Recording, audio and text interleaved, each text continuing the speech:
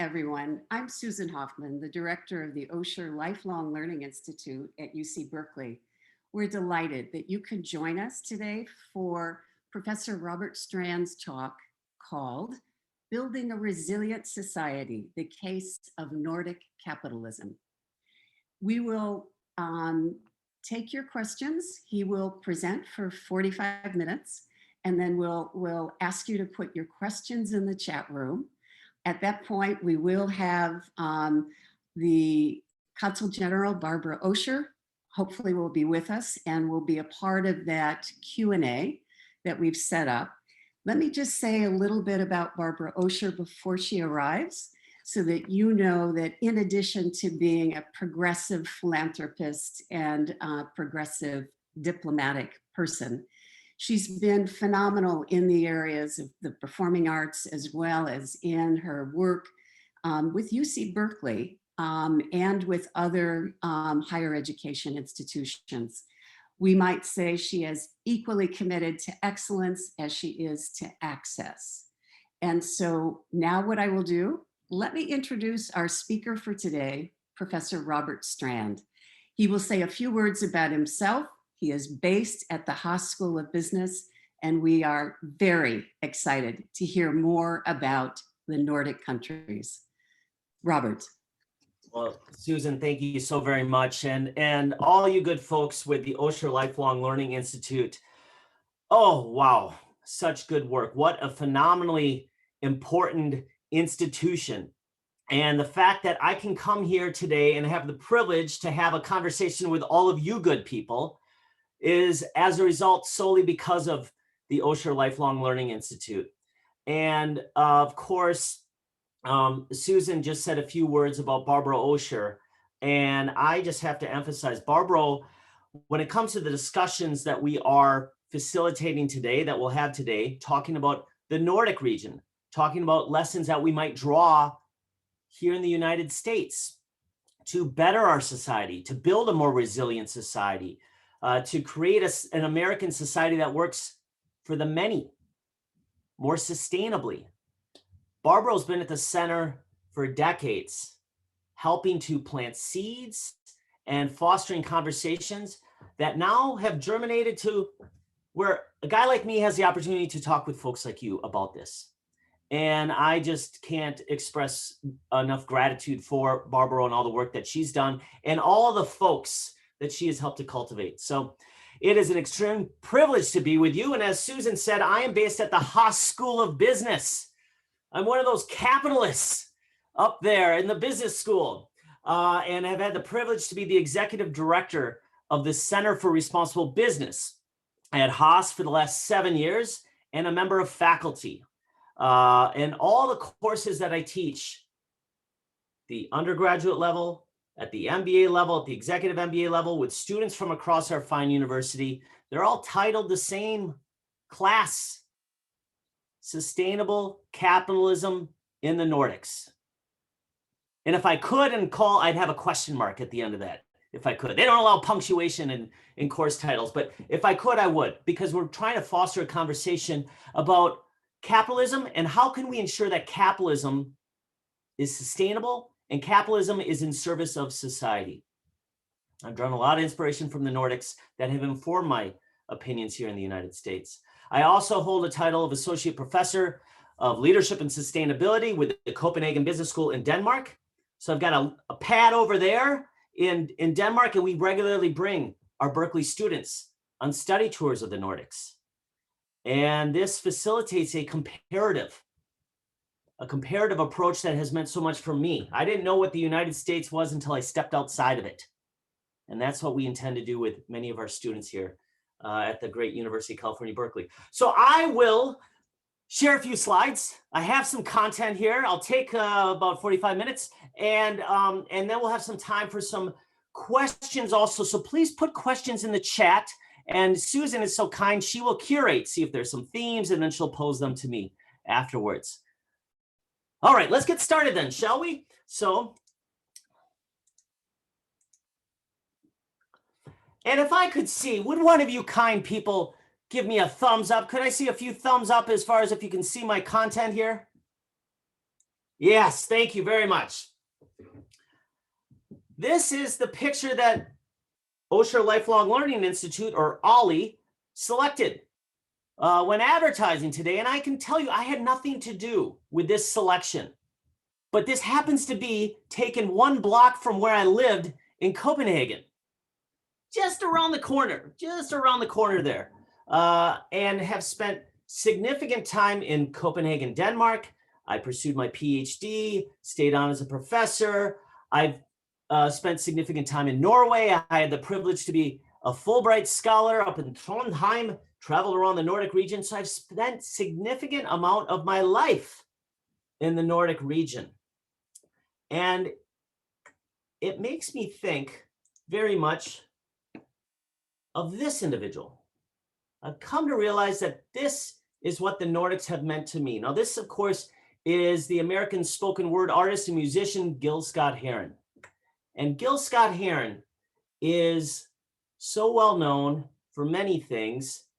Arguably, his most well-known statement, "The revolution will not be televised."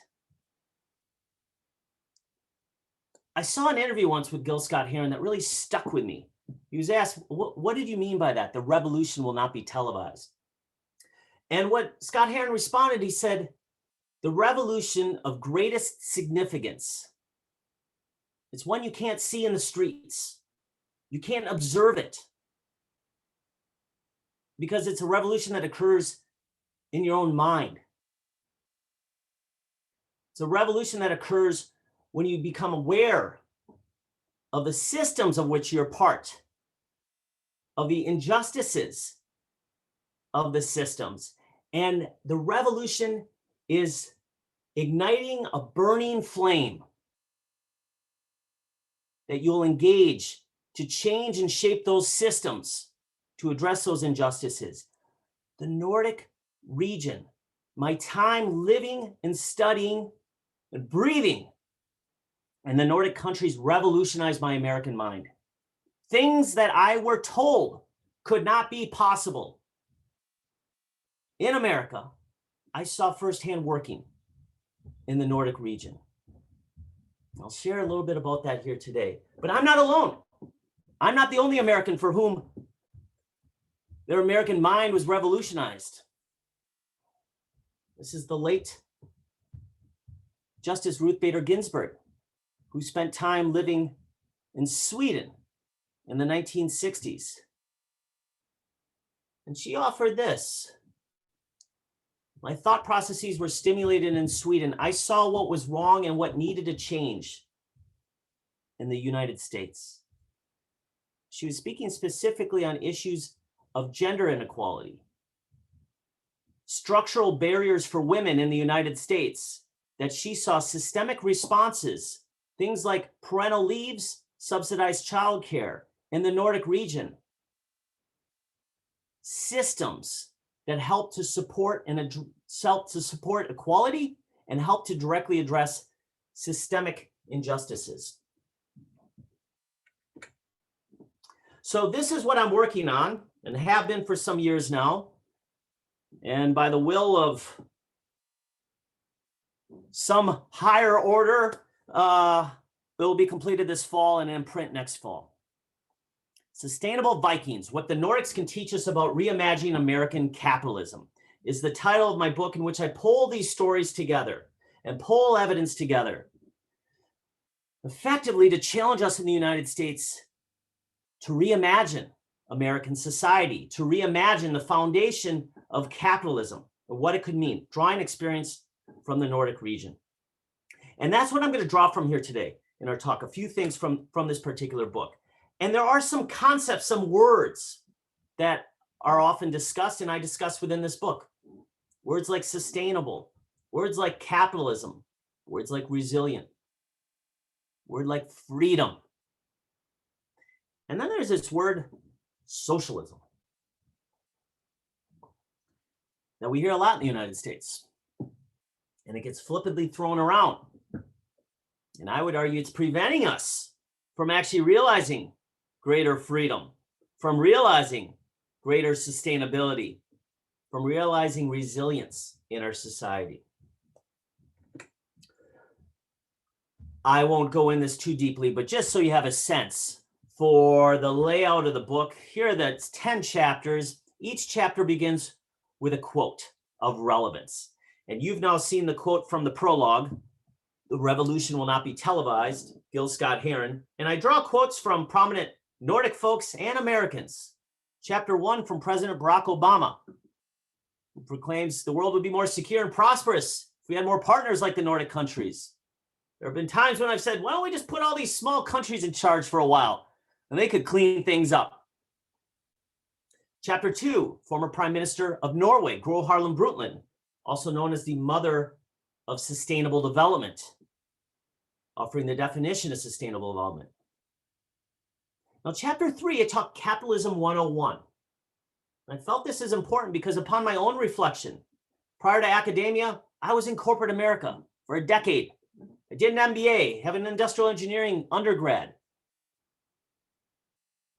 And in spite of being in the belly of capitalism, and American MBAs are the jubilee of capitalism, if you had asked me, what is capitalism? Just in simple terms, what is it? I would have, I realized I probably would have given you the plot of Rocky IV, that it's somehow against communism. It's against socialism. I define it by what I think it's not. So I want to lay it out in simple terms. What exactly is capitalism? And then in chapter 4, a comparison of this thing, American capitalism, that we could classify as shareholder capitalism, vis-a-vis Nordic capitalism, that we could characterize as stakeholder capitalism, starting to get it into nuances of capitalism, which is also an acknowledgement that there's more than just American capitalism out there in the world.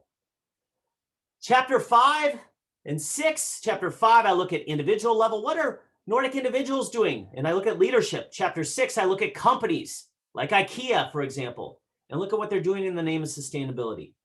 In chapter 7, and it's really pertinent for our conversations here today, I look at the societal level. And I make the claim the American dream is the Nordic reality. And 2 quotes that I lead that chapter with. One is from Prime Minister of Finland, Sanna Marin. The American dream can be achieved best in the Nordic countries, where every child, no matter their background or the background of their families, can become anything. And I couple that with a quote from the American literary giant, James Baldwin. The most dangerous creation of any society is the man who has nothing to lose. I think it's very important for us to be considering an American context today. Chapter 8, chapter 9, chapter 10, chapter 8, yeah, but they're small and homogeneous, and other common critiques. I want to tee them up. Critiques that fair, unfair, anywhere in between, and address them head on. And then chapter 9 is really where I'm trying to stick this book. Nordic societal structures for freedom, kindness, and resilience. And I really see societal structures, systemic structures, and really approach with a systems level view here. And I'll read the quote that I lead that with. It's by the Finnish journalist Anu Partanen, who came to the United States, kind of doing the flip of what I've done, Nordic person coming to America and then reflecting on America from her Nordic eyes. And I'm doing American citizen who's gone to the Nordics and reflects on America and the Nordic region with my American eyes. And I knew the quote that I'll share with you here. Nordic nations have cultivated the single most valuable resource a society can have in the 21st century, human capital. At some point, the Americans forgot that it's not enough to talk about equal opportunities, democracy, and freedom. These things need to be protected and supported by concrete actions. So really, I use the Nordics to challenge us here in the United States. And that's what this book is by and large doing. Okay, so let's continue here. That's where I'm trying to stick it, as I just said. And this is former Prime Minister of Norway, Gro Harlem Brundtland, who led the Brundtland Commission that in 1987 developed this timeless definition of sustainable development. And I'm an academic dork. I look at definitions all the time, thousands of them. I'm drawn to this one above all. And I give it such reverence. I just have to close my eyes when I say sustainable development is development that meets the needs of the present without compromising the ability of future generations to meet their own needs. That is a beautiful definition. It is timeless. And if we want to talk about building a resilient society, this is two sides of the same coin. Building a society that lives up to these lofty ideals of sustainable development as defined by Brundtland. That's a resilient society for today and in the future. Now, this is a definition, 1987. In 2015, just 6 years ago, it was turned into an explicit, concrete framework called the Sustainable Development Goals, the UN, United Nations Sustainable Development Goals. The 17 greatest challenges that we face on this planet, all rolled up into one framework. And even more than that, if you look at the O in goals, beautiful little logo, it turns into a nice little lapel pin that packages all of these challenges together in one framework. That's incredibly powerful because we can also take a systems level approach to addressing these goals because they're so interconnected. You can't look at one without considering another. So, since 2015, when these Sustainable Development Goals, SDG goals came out, there's an SDG index that rates country level performance against these goals, and year after year after year after year after year after year, the Nordic countries dominate the performance ratings. Most recently, Sweden #1, Denmark #2, Finland #3. And just for some context, the United States #31. Now, this should be no surprise because there are so many other related indices that have over time expressed a very similar sort of story when it comes to democracy, when it comes to freedom of the press, when it comes to the happiness index, child well-being, et cetera, et cetera, et cetera. The Nordics perform comparatively really well, kind of hearkening to that President Barack Obama quote. Okay, now normally here's where in a conversation, somebody starts doing this. And then this comes. Yeah, but they're small and homogeneous.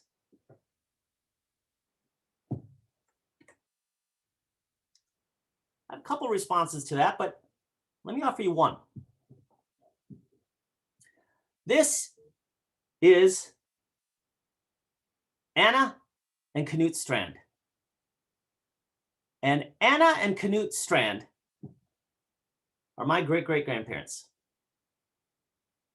And they left Norway in 1861 to come to the United States. And by the way, and they had their 1-year-old Leif Strand. And they got on a sailing ship from Norway and then got to Quebec 10 weeks later with a 1-year-old. I've got 2 beautiful little boys, Mikkel and Jonas. Those are self-portraits they gave me for my most recent birthday. I can't imagine going on a ship for 10 weeks, 5 days at a time. You have to be underneath because the weather's so bad with a 1-year-old in this. They left the Nordic region, as so many millions others, because they were impoverished. Famine was regular. Inequalities were great. They had no land. They had very little to no opportunities. They were struggling. The Nordic region at the time of my great-great-grandparents was the poorest part of Europe. And fast forward, just a few generations later, and it's among, if not the most prosperous part of the world. So I asked the question, yeah, but they're small and homogeneous, you say? Well, they were smaller and more homogeneous just a few generations ago. So isn't it of importance and relevance for us to consider what's transpired in the time since? Now, I understand, I just received a text here. I'm so pleased that our good friend, Barbro Osher, is with us. And in a few minutes later, when we open up to question and answers, Barbro, I'm just going to prompt you that I'll put you on the spot. to say a few words here at the conclusion of my offerings here. And Barbro has heard my story before here, so she's very much up to speed on this. So what have the Nordics done in the time since my great-great-grandparents? It's of particular interest, and it speaks to systems. It speaks to the systems put in place. So when we think about through terms of the Sustainable Development Goals, which the Nordics are doing comparatively the best in the world, well, of course, good health and well-being, supported by systematized access to healthcare for all. And one thing that I want to stress in all these responses, healthcare for all, and the Nordics have a real focus on transparency and efficiency. It's not enough just to say, let's have healthcare for everyone and throw tax dollars at it. Then you need to make sure that you are using those tax dollars efficiently so folks feel as if they're getting good value for their money. And in the Nordic region, folks, when they talk about taxes, it's not talked negatively because folks feel as if they're getting value for their money. And that's important. Efficiency, always minding efficiency. Access to healthcare, that addresses the SDG number 3. Universal education, from the youngest of ages all the way through university. Doesn't matter if your parents have the money to pay, everyone has access to good quality education. When it comes to gender equality, SDG number 5, Sustainable Development Goal number 5, paid parental leave coupled with subsidized childcare help to best ensure that women do not need to leave the workforce when they have a kid. And so many women, oftentimes women, it's parents generally speaking, but it's disproportionately women in the United States because of the high cost of childcare. It just doesn't make economic sense. I can't stay in the workforce because my childcare is more expensive, particularly if you have 2 children. This is time and time and time again. And now COVID and the need for homeschooling, a disproportionate number of women pulling out of the workforce because of taking on a preponderance of work in the home. Paid parental leaves plus subsidized childcare help to better ensure that the systems and structures are in place for women, if they desire to do so, stay in the workforce. These are some of the things that Justice Ruth Bader Ginsburg was referring to specifically in the 60s from her time in Sweden. Clean water and sanitation, just strong environmental policies that are in place, transparency and democracy, things like Flint, Michigan. The fact that there's not clean water and elsewhere in the United States do not happen in the Nordic region. And it's not by accident. The systems are in place. Wind, hydro, geothermal power. The Nordics were just as addicted to fossil fuels as America was in the 1970s. But with the oil crisis, in Denmark, they said, we can't be addicted to foreign fossil fuels. And boom, the wind industry was born. Denmark committed itself to wind energy. And now, on any given day, over 100% of its electricity needs are met by wind. And oh, by the way, they realized great opportunity because now they are a great exporter of wind energy in the world. Great jobs as a result. Iceland, similarly, addicted to foreign oil. And then the crisis comes, the oil crisis of the 70s, geothermal. And you also see hydro, a lot of that in Norway, for example. Oh, and additionally, too, not only did Denmark say we want to develop our wind industry, but our cities. Why are we so addicted to cars in Copenhagen, for example? And that's when they threw down on setting up good systems for bicycling. And now on any given day, 70% of all commuters in Copenhagen are on bicycle. That wasn't the case 50 years ago. That didn't just poof happen. That was a concerted, deliberate effort. It required systems thinking. And you know what? It's made Copenhagen an absolutely wonderful place to be. Decent work and economic growth as well as innovation. The Nordics are market economies. They are innovative. Sweden, for example, typically is above the United States in all innovation indices. Highly skilled workforce because largely of that number 4, quality education. And here's another one, decent paying jobs. McDonald's worker in Denmark is paid $22 an hour. And oh, by the way, that individual has access to healthcare, has paid leave, has access to education, should he or she choose, but $22 an hour. And you know why? Is it because the minimum wage in Denmark and the Nordic countries is $22 an hour? No. There are no minimum wage laws in the Nordic region. They don't need them. The labor markets are working efficiently. There's collective bargaining in place. Markets don't work when there's a concentration of power. It's why we regulate against monopolies. Markets work when power is sufficiently dispersed so that no single actor can affect price.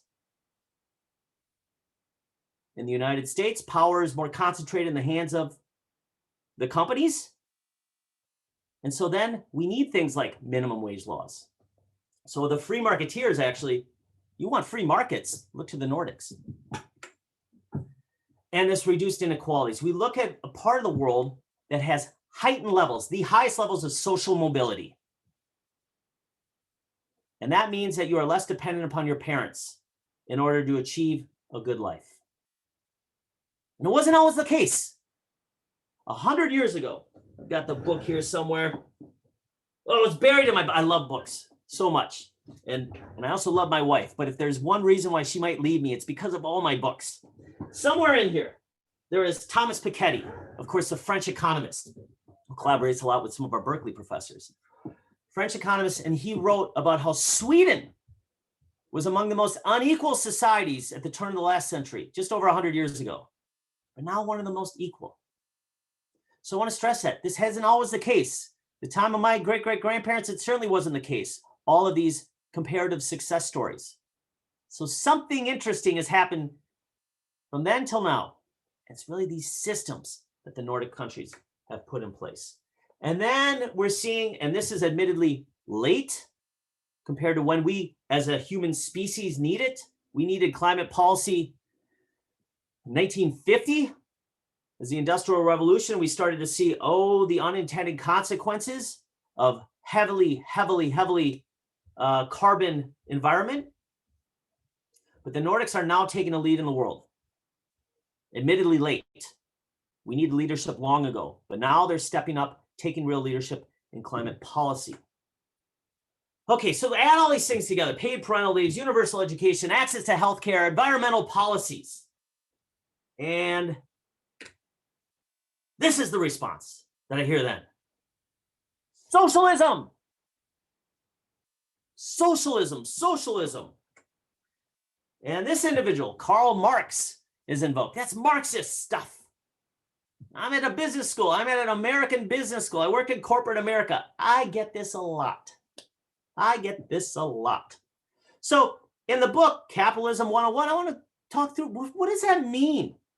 I didn't have the skills to respond to flippant charges of socialism before. So let's think about what is socialism, what is capitalism? So we ask 4 questions. Who typically, and we say typically, because there is no pure socialism ever in the world, and there's no pure capitalism in the world, nor should there be. You know, you think about relying upon markets to sell human organs. I think most of us, all of us would say, no, we don't want that. So who typically owns the capital in capitalism? The private sector. Who employs the labor? Typically, the private sector in capitalism. Who sets prices for services, goods, and labor, i.e. the wages? Capitalism, typically the markets. And who sets the quantities? Like how much is going to be produced? Or how many apartment buildings do we have? Etc. How many folks are employed? Typically, the markets. That's capitalism at the highest level. And then with socialism, we'd say the state for all these things. Central planners, setting 5-year plans and saying produce this much, the state. So if we take it through that lens, example of socialism, or at least an effort to put it in practice, and I'm very cognizant here, I am with a Berkeley crowd, and many of you are a scholarly bunch who have undoubtedly read Marx and may school me a bit and say, yeah, the Soviet Union was not an example of what Marx meant by what his intentions for communism. I have to put that on the side for just a moment. But to say, in practice, efforts to put socialism in practice. Soviet Union, the state doing these things. And when we look at this definition of capitalism, the United States and the Nordic countries are examples of capitalism. They're market-based economies. Private sector employs the majority of folks. Prices are set by markets. That hamburger in McDonald's in Denmark is set by a market price, as is the $22 an hour. That's through collective bargaining. That's a negotiation. That is the markets. Okay, so the Nordics are capitalistic, but they're a different variety of capitalism than what we have in the United States. This here is Milton Friedman. He is a hero amongst folks, many in the business community, but certainly amongst the 20th century so-called neoliberals. And Milton Friedman, keep this quote in mind: the great threat to freedom is concentration of power. Keep that quote in mind. Okay, so here's typical American discourse. Typically, we've got American capitalism on one side, socialism on the other side. And state involvement is kind of the dimension. So high state involvement with socialism, with the Soviets, low state involvement with American capitalism. And expressions of this thing, the Nordic middle way. Now, this is a term that was an American journalist, Marquis Childs, went to Sweden in the early 1930s, wrote a book called Sweden the Middle Way. Said, you know what? Sweden's somewhere in between. And actually, upon reading this book, FDR sent a commission to the Nordics in 1936. Now, I want to nuance that characterization of the Nordics in the middle way just a little bit and add a dimension on that left side, the y-axis here. And that dimension that I'd like to add is power concentration in society. And if we add that dimension, we start to see that, sure, the Nordics are in the middle when it comes to state involvement, but power concentration in the United States starts to look a little bit like Soviet socialism with respect to how concentrated is power. Power is very dispersed, comparatively speaking, in the Nordic context. And another way to say that is democracy is functioning well. The root of democracy is dispersed power. One person, one vote is an expression that power should be dispersed and not just in the hands of a state bureaucrat or a capitalist or the capitalists. So here, if we add this dimension and talk about democracy of dispersed power and then oligarchy as concentrated power, rather than the middle way, we may be more inclined to call it a third way. A third way. And then, rather than just focus on the state as the only thing that can disperse power, we also have power dispersing mechanisms that things like collective bargaining, things like norms of consensus building, things like access to education. Education is power. So insofar as it's universally available, good quality education for everyone, power is more dispersed in society. Access to healthcare. Consider an American context where for most of us, healthcare is tied to our employer. And not just our healthcare, but the healthcare of our children. My children, healthcare depends on my employer. You want to talk about concentrating power in the hands of the few, the employers. Well, in a Nordic context, everyone has universal access to healthcare independent of their employer. That disperses power. There are many different power dispersing mechanisms, some connected to the state, some not, to disperse power across a society that we see in the Nordic context. So perhaps when we talk about capitalism, we're best suited to talk about also concentration of power. And here we have, and this also draws from Robert Reich's latest book, The System, and many of his other books, as well as many others, we have evidence of an oligarchy here in the United States. Power hyper-concentrated in the hands of the few, where it's actually oligarchic capitalism, vis-a-vis what we would see more in a Nordic context, democratic capitalism. Now, as a reminder, coming back to that, Milton Friedman, the great threat to freedom is concentration of power. Now, Friedman was speaking specifically here about the state, power being concentrated in the hands of the state in a society. But we also have the threat of power being concentrated in the hands of the few capital owners. And insofar as we have heightened and growing inequalities, which we're seeing here in the United States, it threatens freedom. And this is Sanna Marin, the Prime Minister of Finland. American dream can be best achieved in the Nordic countries, where every child, no matter their background or the background of their families, can become anything. Freedom. That's freedom. And I think it's important for us to have conversations about this idea of the American dream, of this idea of the land of the free. I love those concepts. The American dream, anyone can become anything they want, provided they work hard enough. We're not talking about equality of outcomes here, but we are talking about equality of opportunity.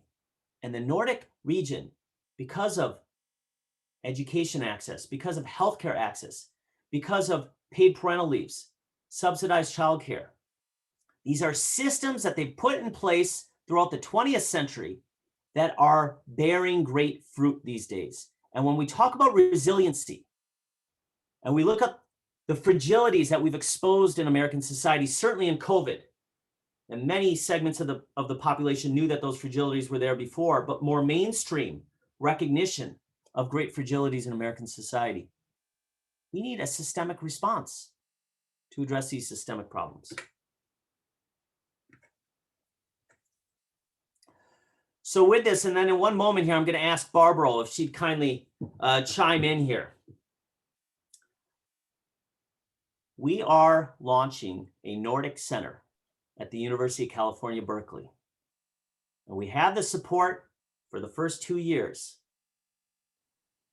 And we believe that the University of California, Berkeley can be the platform to foster these conversations and inquiries into the Nordic region and into what they might mean for the United States of America. All the while also challenging the Nordics, because there's no shortage of problems there either. And when we want to talk about issues that we see here in the United States, structural racism, unfortunately, there are no shortage of racists running around the Nordic region either. When we talk about aging populations and challenges that are faced here in the United States, similarly speaking, we have challenges in the Nordics. So we need to also challenge the Nordics to improve. And I'll also say, so you have my email address there, Mr. Nordic at berkeley.edu. We need your help to make the Nordic Center a permanent fixture at the University of California, Berkeley. And if you're interested in supporting, that's my email. And or if you're interested in a chapter or two of this book, Sustainable Vikings, I'd be privileged to share it with you. Please send me a note and I'd be happy to respond to that. So with that, I'll come to a close here. And Susan, if you're able to bring Barbro in, please. Yes, very definitely. I would like to welcome Consul General Barbro Osher to our discussion. And Professor Strand, thank you very much for that presentation. I am looking at the questions that have been posed, and I realize that there's going to be an interesting exchange in you responding as well as Consul General Osher responding to these questions. And so what I'd like to do is let me just start with the appreciation around Nordic capitalism and the sustainability goals. All of that's incredibly powerful.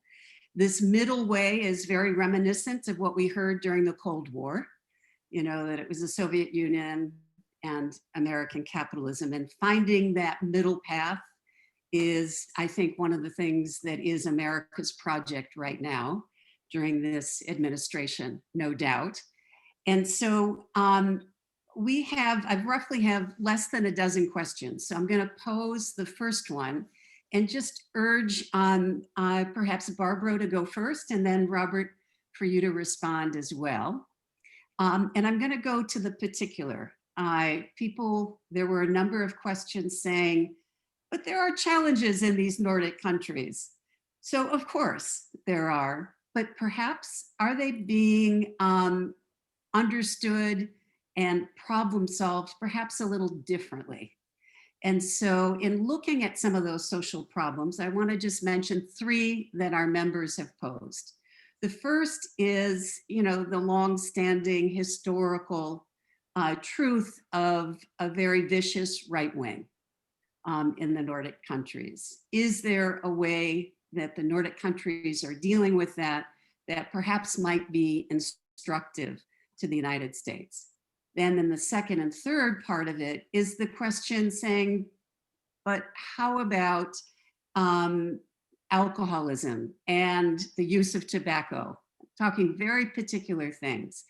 Are there responses to those things? And then we'll get into the bigger issues. But I wanted to hear first from that, and knowing Mrs. Osher's diplomacy. Barbro, if I could ask you to respond, and Robert, then you next. Well, thank you. Can you hear me? Yes. Yes, we can. Great. So let me first say that it's no wonder that Robert is called Mr. Nordic. If I did dare use a term which is not very apropos, well, it's apropos, but it's not very politically correct. He's our propaganda minister.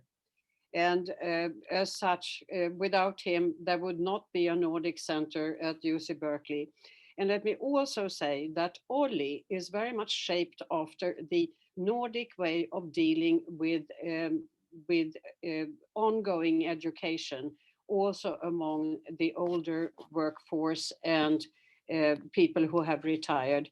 And that's such an important connection between people with a long experience of life.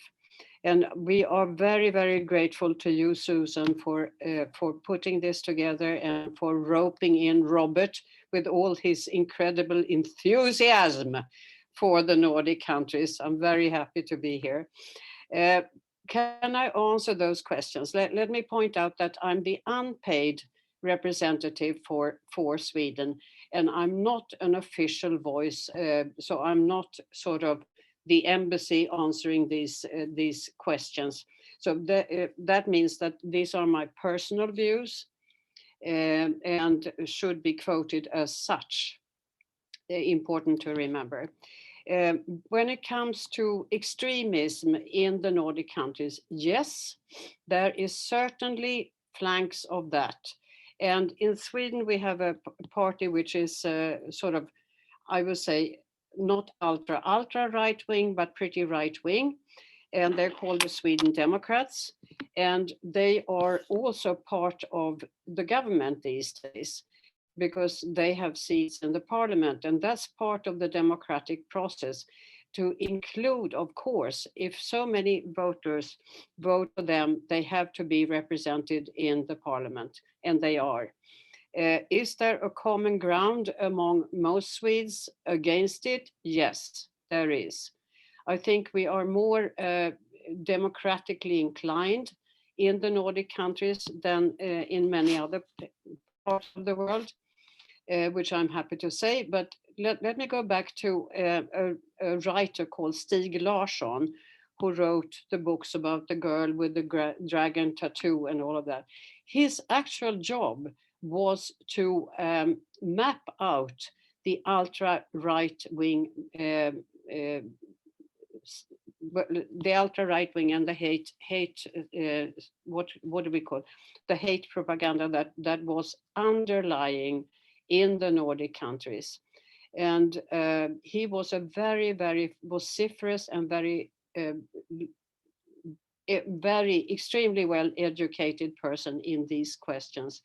And the silencing of his voice, I mean, he died unexpectedly, is still carried on by others.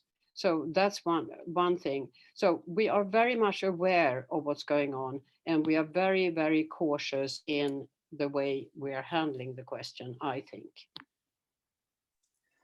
And what do you say, Robert? well, first off, I'll say, Barbro, it's good you weren't here before because your accolades were being paid by Susan and yours truly. And I want to acknowledge that with everyone here. Barbro's leadership and in fostering these, planting seeds for many years along the way that have now come to flourish in what is the Nordic Center. I just can't thank you enough. And I can't thank you enough. And our students can't thank you enough. I now have the privilege to have hundreds of UC Berkeley students, the brightest students in the world, who are fascinated by the Nordic agenda.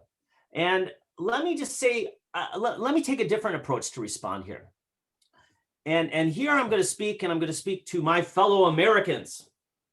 An observation that I only recently in life have observed. We regularly receive Nordic tours who come to the United States and study the United States and come to Silicon Valley, and Barbro and many others serve host. And in all my years of receiving these tours and all of my years living in the Nordic region, when I've raised an example of something we've done in the United States that seems to be performing comparatively well, I have never once heard a response, yeah, but you're big and heterogeneous.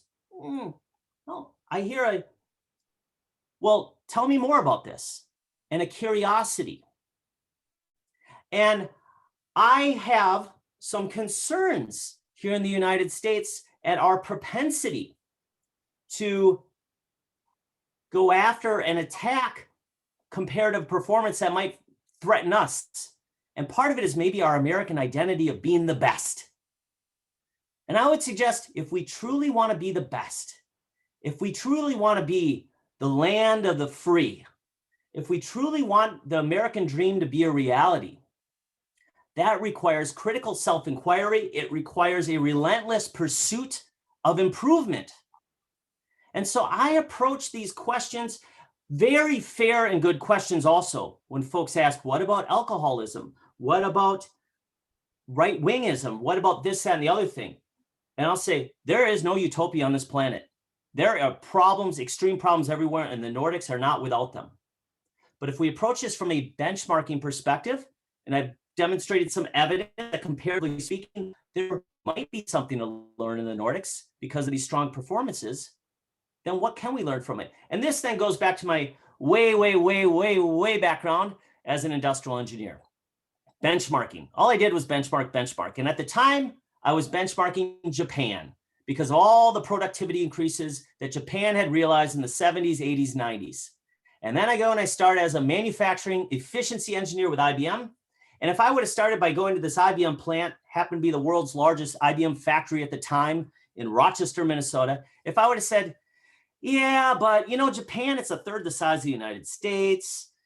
It's the most homogeneous country in the world. Oh, and you had me benchmark an automobile company, Toyota. There's nothing I could learn. But no, we approached it with curiosity and said, what could we learn from this situation and context? And what might we apply in a different context in the United States in a different industry? And with great success.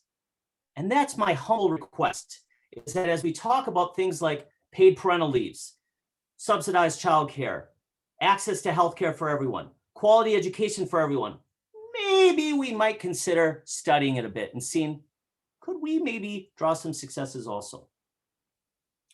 How's that for a way of not responding to the question, but framing one's own question? Susan, are there more questions in the hopper? There are quite a few.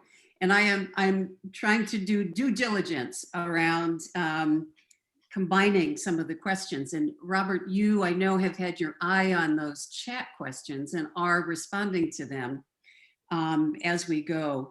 I think, one of the biggest ones which you've spoken about, which is the challenge that you'll hear from, or a defense from America saying, but we're so much bigger and we're so much more diverse and we don't have the kind of cohesive populace.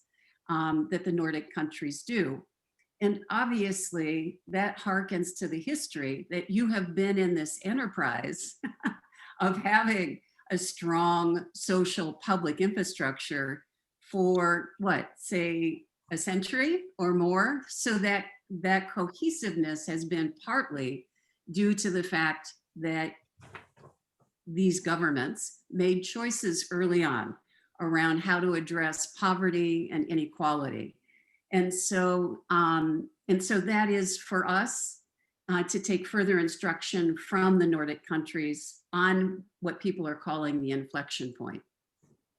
Are we at that inflection point? And so the question then is, there's a very specific question that emerges from the members, and that is, what are the crucial action points in strengthening collective bargaining?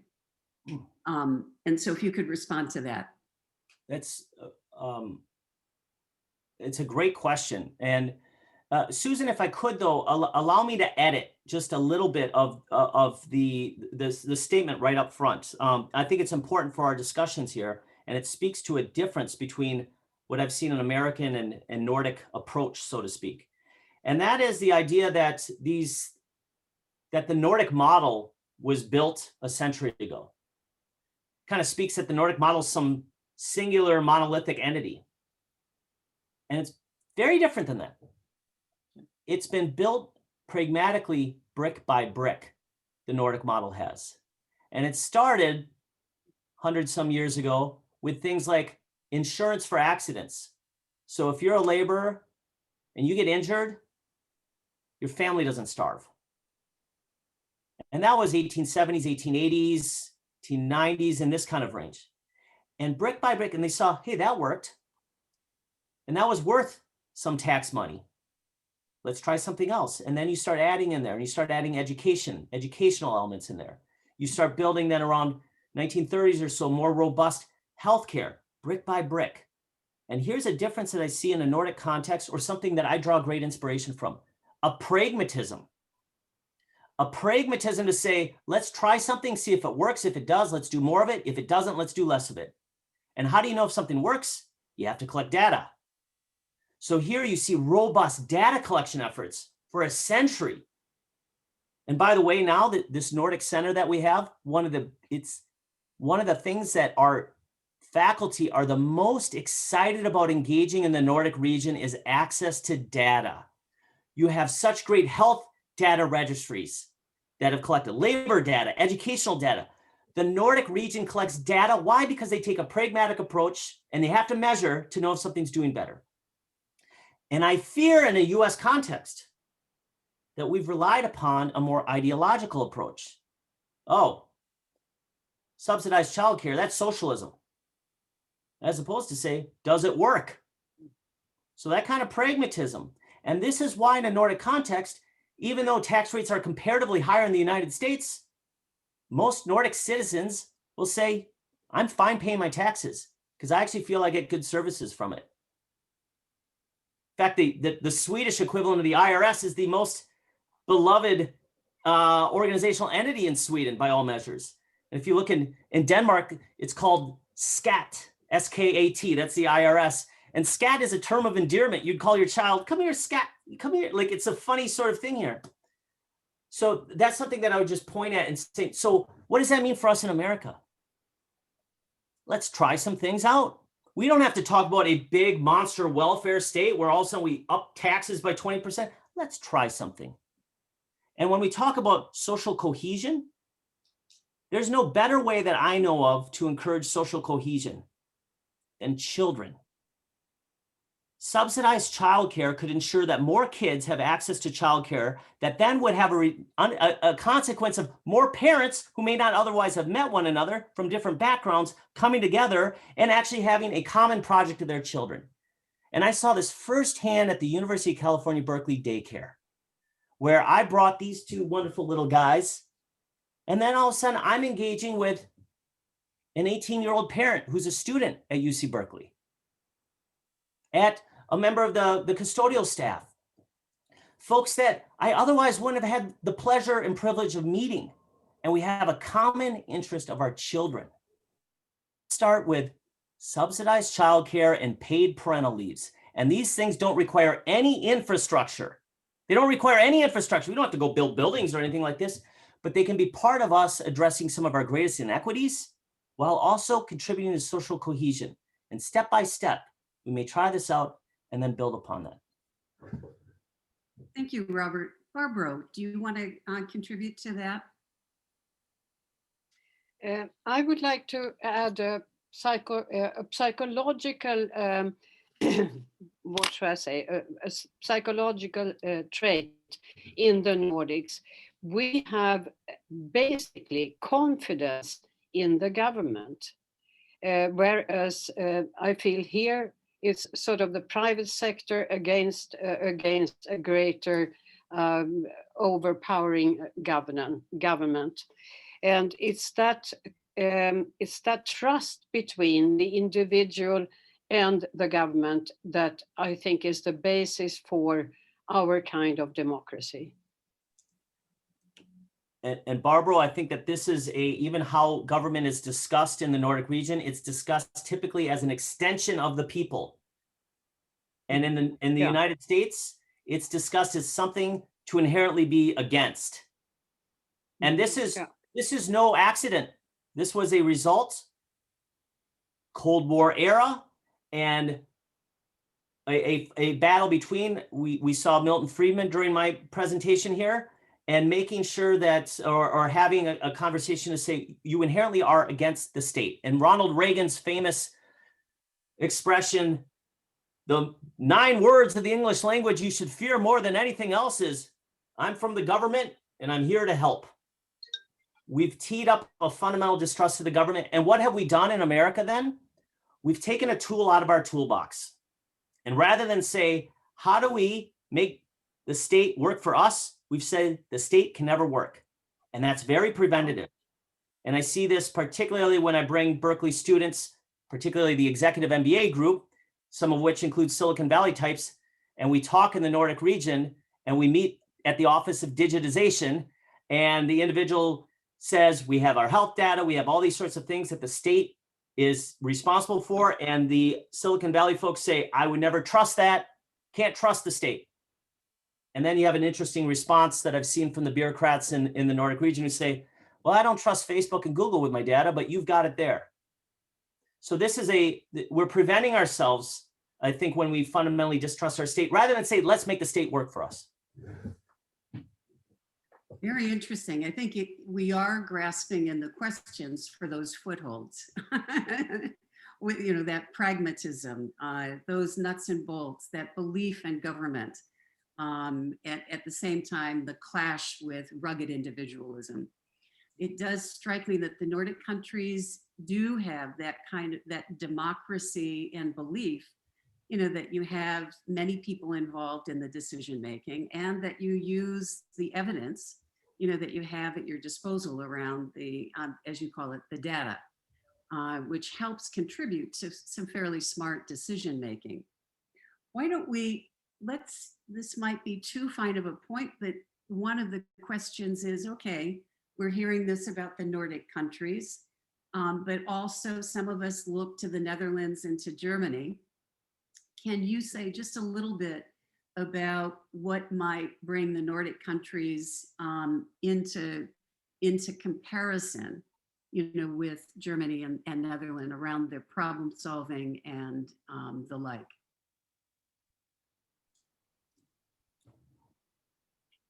Barbro, would you like to respond? Well, I get, that's a tough question. The good part is that we are nowadays just as much Europeans as we are our different countries. What I would say about the Nordic part of the world is that it was really very and the Swedes were terrible warriors. I mean, they took over they on Finland for 600 years. They took over Norway. They fought Russia and finally lost. We sat on big portions of northern Germany as well. And Denmark was part, Schleswig-Holstein in Germany was part of Denmark for a long time. Iceland was part, Greenland is part of Denmark, or more or less a part of Denmark nowadays. So we were both isolated and expansive at the same time. And I would say that the drift towards into the European Union, although not all the Nordic countries are part of the Union, but the decision was made by the people that Denmark, Sweden, Finland, and Finland especially then after the breakup of the Soviet Union became sort of they felt freer. The bear was not at their back anymore, and they immediately joined the European Union. What I can say in what should we say, the history of the 20th century, both Germany and Holland were sadly enough part of the World War II especially, and Germany of course also World War I. So and that has had, I think, a great influence on the countries on the continent. We are sort of on the side, and sometimes terrifyingly looking at it. If that's a response, I don't know, but It is. yeah, that was a good try. What do you say, Robert?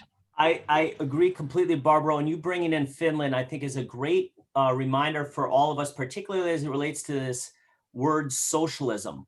And if there's anyone who knows the threat and fear of socialism at scale, it's Finland, with a border with the Soviet Union. And so looking at Finland and looking at what they've put in place in the last 100 years is absolutely phenomenal when it comes to let's ensure that everyone has access to good quality education and many of these other systems that we've discussed. And in a really nice piece, I mentioned Anu Partanen, that Finnish journalist, who also wrote a great book, The Nordic Theory of Everything. And a little over a year ago, she wrote a great piece for the New York Times called Finland is a Capitalist Paradise. And she reminds us that, look, we know what socialism is. And you Americans flippantly throw around this word socialism. You don't know what it means. And the ultimate thing that I'd say that we're trying to achieve in Finland, across the Nordics, and what I believe we are attempting to achieve here in the United States, and we could learn some lessons in doing it, is how do we best ensure freedom and democracy for our people? And there are so many lessons that we can draw from the Nordic region in our pursuit of that.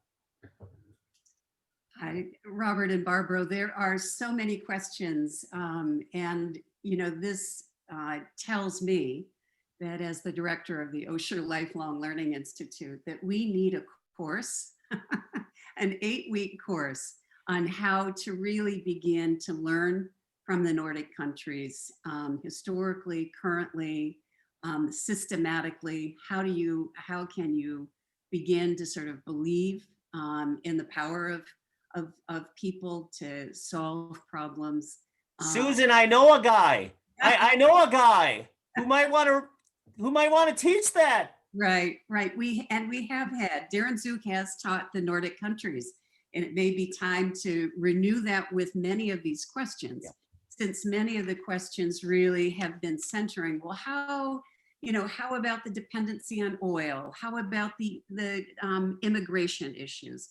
How do we begin to educate our people from young to old around how, what they might expect of their government and how they might be a kind of an agent in it. And I think all of this is very inspiring to me. So I'm going to ask you a final question, since I believe that most OLLI members shop at IKEA. And so we want to ask you, tell us more about IKEA as a kind of business model for Sweden. Is there anything else more you can say about it so that we as we go out there and purchase all those things from IKEA, can feel that it's a good statement of where we're putting our money. And maybe not. Tell me what you think, Barbro and Robert, as a closing statement. Okay, so the image of IKEA in the United States is that it's sort of design oriented. And that's not really how it started. It was the brainchild of an extremely stingy guy, Ingvar Kamprad, who felt that, you know, he came from a region compared to the Scots, very, very frugal, money pinching, you know, penny pinching, I should say. And he had the idea that assembled by the people themselves. And eventually it evolved into fantastic design and a market for all the people. So it's a very sort of, he was also very, made very democratic structures on penny pinching. We should not forget that. And that is reflected also in the price setting at IKEA. It should be accessible to everyone. It should be sort of a Nordic vision of how you can put together a home without breaking your neck with the money. And I think his concept is still overwhelmingly welcome all over the world. And I heard that they are going to open a downtown shop in San Francisco, which I think is great because we shouldn't always be driving somewhere. Fan of IKEA. I buy all my candles there and a lot of Swedish food and this and that and the other. So yes, go there, please. Thank you very much. And I'll agree, and I want to emphasize something that Barbro offered here. And IKEA is one of those a company that I've been studying for now almost 2 decades. When I first went to Norway as a Fulbright scholar, IKEA was my focus company in Sweden, and this democratic design at the center of IKEA, and not just the design of their products, but also how they go about business. Their very mission, a better everyday life for the many people. It's a very democratic expression. And I'm also very drawn to this idea also of efficiency. And as Barbro rightfully emphasized, Ingvar Kamprad, the founder of IKEA, he said, profit is a wonderful word. Profit gives us resources. And I talk about that in the business school and when I have conversations with folks.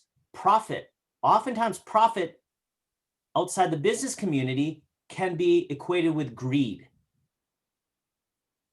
And that's where we have a negative connotation of profit. But profit in and of itself, a farmer growing more corn with less fertilizer, less water, that's doing more with less. And that is very much built into the foundation of IKEA, and it's very much built into the Nordic spirit and this pragmatism and an inherent conservation that's in there. And so I saw this, a better everyday life for the many people. IKEA is a leader in the world in the late 80s and the 90s when Western democracies were starting to become aware, or at least on the agenda, of child labor and issues of sweatshops and these things.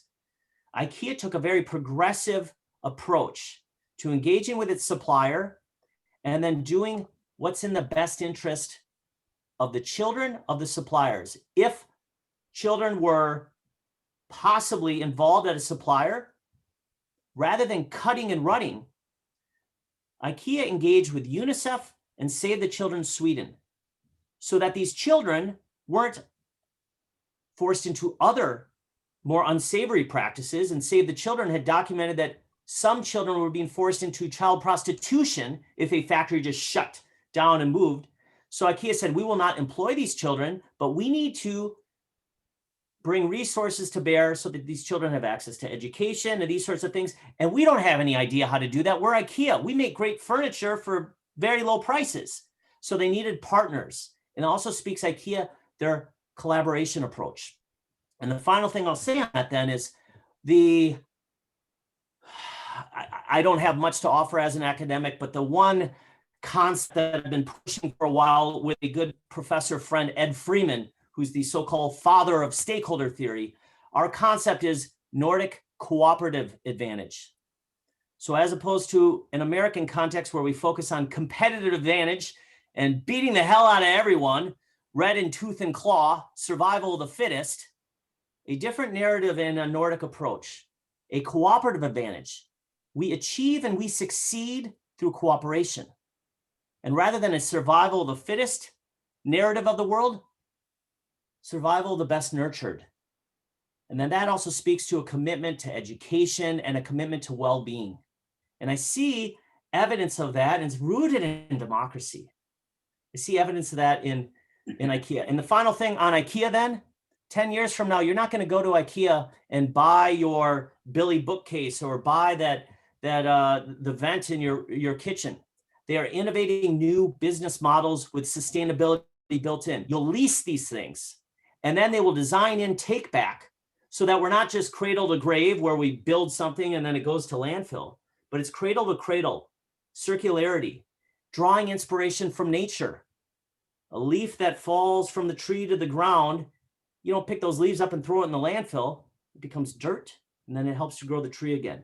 And how do we have circularity in our business? And IKEA and the Nordic region, by and large, have pioneered these things through the natural step, a whole concept that was developed many years ago, and putting it in practice.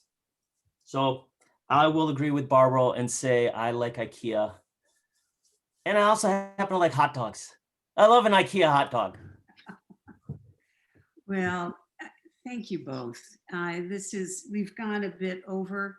I do want to give you, if there is, wave to me, Barbro, if you would like to make a final statement, or Robert, if you'd like to say something more. And if not, then I would like to say just a few. Yes. I'd like to add one thing.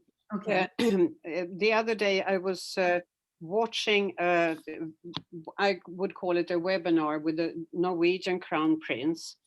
And first of all, the technology was fantastic because it looked like he was sitting together with Eleni Kounalakis, our Lieutenant Governor, in the same room with the Pacific Ocean and Golden Gate Bridge, and the waves were moving. And what struck me there was, apart from the setting and the technical quality, was that it was pointed out that this oil-producing nation, Norway, is going steadily away from carbon emissions. And 50% of all the cars in Norway are electric. I mean, that's kind of impressive. So it's not counterproductive. It's really thinking ahead, what is sustainable and how do we deal with that? So hooray for Norway. I have to finish there. I wish my Norwegian colleague was part of this. Thank you. And I think definitely what we're hearing today is suggesting that we need to know more and to stay current with what is happening in the Nordic countries, to have more dialogue and exchanges like this, cultural exchanges. We know that when travel begins, we're expecting to see our colleagues from these Nordic countries and set those conversations up as we're rebuilding our own sort of government response to many of these issues. We've got a lot to learn. Thank you, both of you, and thank you to the 170 people that joined us for the last hour and 15 minutes. I think, we will promise you that there will be more ongoing conversations of this type. And we know next week we have our very own Linda Rugg is returning to OLLI, this time as the Associate Vice Chancellor. And she is going to spend an hour talking to us about the university's repatriation and renaming efforts that are currently underway. It should be, as you know, Linda, from our OLLI classroom on everything, Scandinavian and Nordic, from the Nordic Noir to Igmar Bergman courses. She will be incredibly erudite on these issues that are happening at the campus. So join us again next Friday, same time, 10:30 to 11:30. And again, thank you for all of us joining us. Thank you everyone so much. Thank Tuck. you. Thank you, Robert. Thank you, Barbro, so very Tack. much. Thank you, Susan, and all the Thank you, wonderful OLLI crew. Robert. Okay, bye-bye now. And thank you, Susan. Yeah, thank you, Thank Barbara. Bye. Yeah.